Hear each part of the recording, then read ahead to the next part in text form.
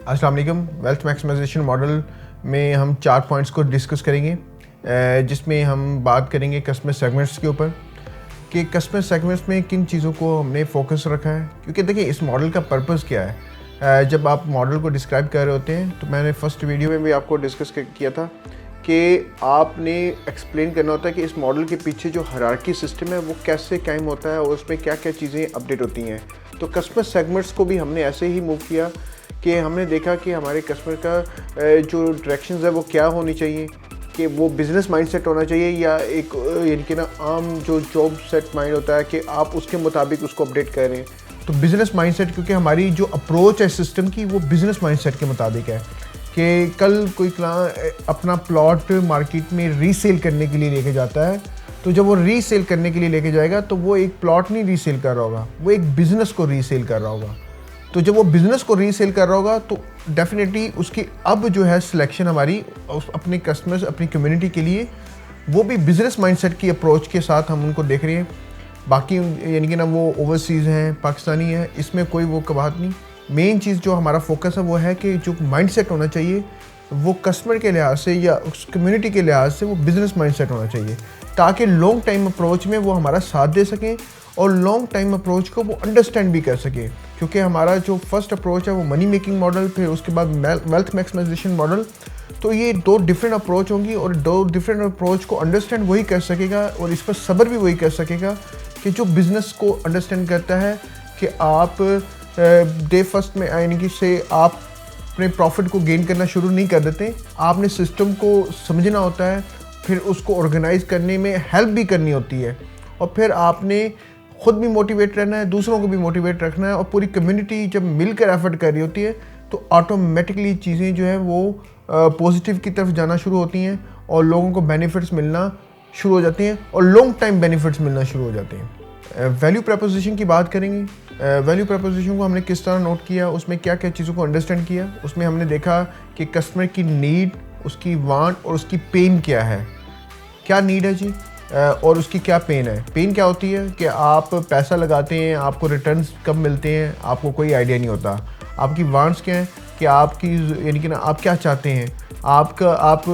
अपनी इन्वेस्टमेंट से क्या हासिल करना चाहते हैं, और नीड, आप अपनी इन्वेस्टमेंट से कौन सी नीड को पूरा करना चाहते हैं। तो आप रियल एस्टेट में कोई भी आता है तो उसका पर्पज़ यही होता है कि या तो वो पैसा कमाए या घर बनाए। तो पैसा कमाने के लिए क्या क्या रिसोर्सेज होते हैं, किस किस तरह उसको यूटिलाइज़ करना है, वो सारा हमने बड़े वाज़ेह तरीके से अपने मॉडल के अंदर बता दिया है और उसके हायरार्की सिस्टम को लॉन्ग टाइम के अंदर हमने डिस्क्राइब भी कर दिया है। इससे होगा क्या, इससे ये होगा कि कस्टमर अप्रोच जो होगी वो हमारी यानी कि ना कस्टमर हमें अंडरस्टैंड कर रहा है, हम कस्टमर की नीड, वांट और उसकी पेन पॉइंट्स को यानी कि ना जो है वो अंडरस्टैंड कर रहे हैं और उससे सोल्यूशन निकल रहा है। और वो सोल्यूशन क्या कर रहा है, वो हमें और हमारी कम्युनिटी को स्ट्रॉन्ग कर रहा है। क्योंकि हर कोई एक अपने लिए नहीं सोच रहा। क्योंकि बड़ी एक मशहूर लाइन है कि लोग ये नहीं जानते कि आप उसकी कितनी केयर करते हैं, लोग ये जानना चाहते हैं कि आप कितनी केयर करना जानते हैं लोगों के बारे में, कि आप उनको कितना अंडरस्टैंड करना जानते हैं। यानी आपको इससे नहीं है कि आपको बहुत सारा नॉलेज है और आप बड़ा यानी कि ना इन्फॉर्मेशन देना जानते हैं, ऐसा लोगों के अंडरस्टैंडिंग में आता ही नहीं है। लोग इस चीज़ को फोकस नहीं करते। लोग ये देखते हैं कि यार ये हमारी वांट्स को, हमारी नीड्स को, हमारी पेन को कितना अंडरस्टैंड करता है और कितना मोटिवेट रहता है उसके सॉल्यूशंस के लिए।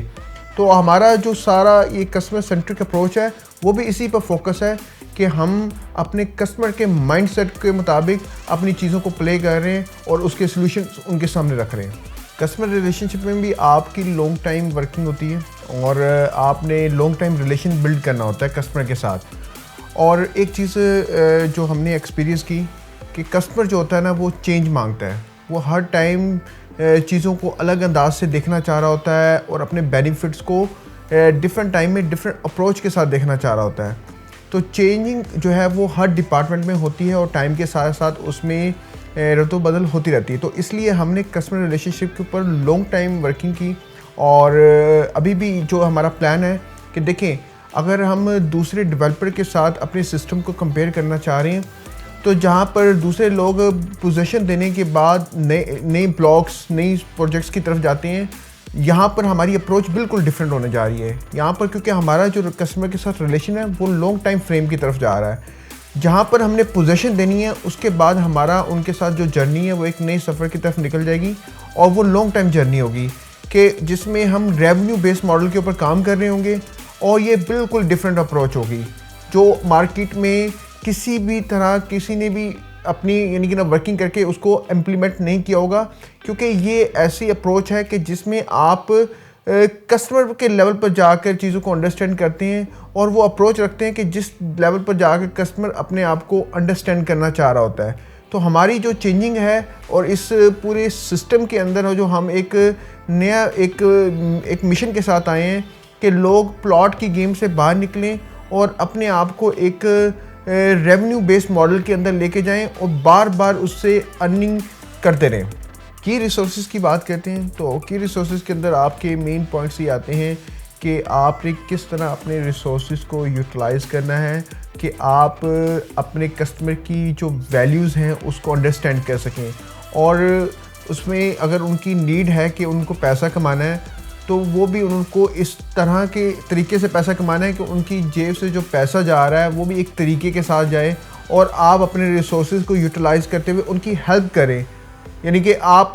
जिस तरह हमने देखें कि हमने अपनी सिस्टम को इसी सिस्टम जो हम बिल्ड कर रहे थे उसके अंदर पहले मनी मेकिंग मॉडल को यूटिलाइज़ करना है, फिर वेल्थ मैक्सिमाइजेशन मॉडल को यूटिलाइज़ करना है, और हमारी इस इतनी बड़ी चेंजिंग के अंदर कोई इतना बड़ा फ़र्क नहीं आने वाला जिससे हमारे जो कस्टमर की कॉस्ट है वो ज़्यादा यानी कि ना हम उनसे यानी कि लें, इससे उनकी कॉस्ट सेविंग भी हो रही है, उनको उसी कॉस्ट के अंदर हम नए मॉडल की तरफ शिफ्ट कर रहे हैं। हम ऐसा नहीं कर रहे कि उसके अलग चार्जेस अदा करने पड़ रहे हैं, हम अपने रिसोर्सेज को यूटिलाइज़ करके उनको एक नए सेगमेंट में एंटर करेंगे जहाँ से वो हमारे साथ एक लॉन्ग टाइम जर्नी की तरफ निकल जाएंगे। तो जिसमें हमने अपने ही आईटी डिपार्टमेंट के साथ मिलकर यानी कि ना अपने सिस्टम को बिल्ड कर रहे हैं, जिसमें हमारी कोशिश है। देखें, जब आप अपने रिसोर्सेज को यूटिलाइज़ नहीं करेंगे तो उसका जो इम्पैक्ट है, उसका जो इफ़ेक्ट है वो आपके कस्टमर की सिस्टम पर आएगा, उसकी प्राइस पर आएगा जो वो आपसे बाय करना चाह रहा है। तो आपने उनकी बाइंग पावर को देखते हुए, आप उनके रिसोर्सेज को देखते हुए और चीज़ों और हालात के मुताबिक आपने अपने रिसोर्सेज को मल्टीप्लाई तरीके से यूटिलाइज़ करके उनकी कॉस्ट सेविंग करनी है। जब आप उनकी कॉस्ट सेविंग कर रहे होंगे तो ऑटोमेटिकली कस्टमर आपकी चीज़ों को अंडरस्टैंड करेगा। तो वो देख रहा है, उसको चीज़ें अंडरस्टैंड हो रही हैं कि हमारा जो फर्स्ट मॉडल हमने उनको एक्सप्लेन कर रहे हैं, उनको अपडेट कर रहे हैं, वो भी सेम रिसोर्सेज के ऊपर है, और जो हमारा वेल्थ मैक्सिमाइजेशन मॉडल है वो भी सेम रिसोर्सेज के अंदर है, उन एक डिफरेंट अप्रोच के साथ। यानी कि 2 साल के बाद आपका पूरे का पूरा सिस्टम आपका चेंज होना है, और उसमें एक बड़ी वाज़ेह यानी कि पहले प्रोडक्शन से सेल हो रही है, फिर प्रोडक्शन से प्रोडक्ट बना के सेल हो रही है। तो एक बिल्कुल एक डायरेक्शंस चेंज होने के बावजूद भी हमारे जो रिसोर्सेज हैं वो उसमें कोई फ़र्क नहीं आ रहा। हम उन्हीं रिसोर्सेज को आगे यूटिलाइज़ करके अपनी कॉस्ट सेविंग की तरफ जाएंगे, ताकि हम अपनी सेविंग करके अपनी और अपनी कम्युनिटी के लिए एक अच्छा रेवेन्यू जनरेट कर सकें। और देखें,